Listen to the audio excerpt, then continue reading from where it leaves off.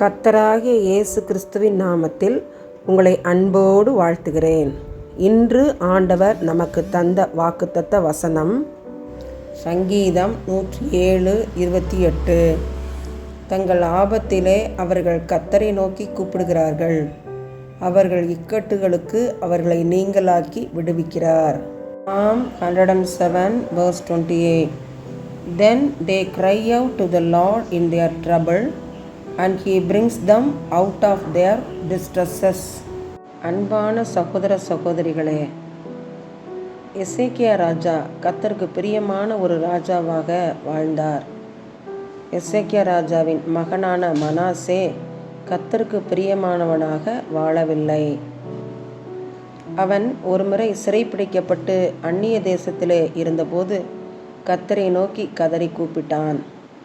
கர்த்தர் அவன் கூப்பிடுதலுக்கு இறங்கி மீண்டுமாய் அவன் சொந்த நாட்டிற்கு விடுதலையோடு வரும்படி கிருபை செய்தார். அதன் பிறகு கர்த்தரை உறுதியாய் மனாசே ராஜா பற்றி கொண்டார். ஏறத்தாழ 55 வருடங்கள் அவர் தேசத்தை ஆண்டார். கர்த்தருடைய பிள்ளையாக வாழ்ந்தார். ஆபத்து நேரத்திலே கர்த்தரை நோக்கி கூப்பிட்ட போது கர்த்தர் அவருக்கு விடுதலை அளித்தார். இஸ்ரவேல் ஜனங்கள் எப்பொழுதெல்லாம் அந்நிய தெய்வங்களை வணங்கி சோர மார்க்கமாய் நடந்தார்களோ அப்பொழுது கர்த்தர் அவர்களை எதிரியின் கையிலே விற்று போடுகிறார். அப்பொழுது அவர்கள் கர்த்தரை நோக்கி கூப்பிட்டு தங்களுடைய துன்மார்க்கமான நடக்கைகளை விட்டு மனம் திரும்புவார்கள். கர்த்தர் அவர்களை விடுவிப்பார். நியாயாதிபதிகளை எழுப்பினார், அவர்களை விடுவித்தார்.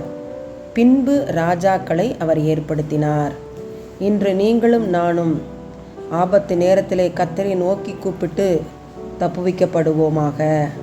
ஆம், கர்த்தரை நோக்கி கூப்பிடுவோம், விடுதலை பெறுவோம். ஆமன்.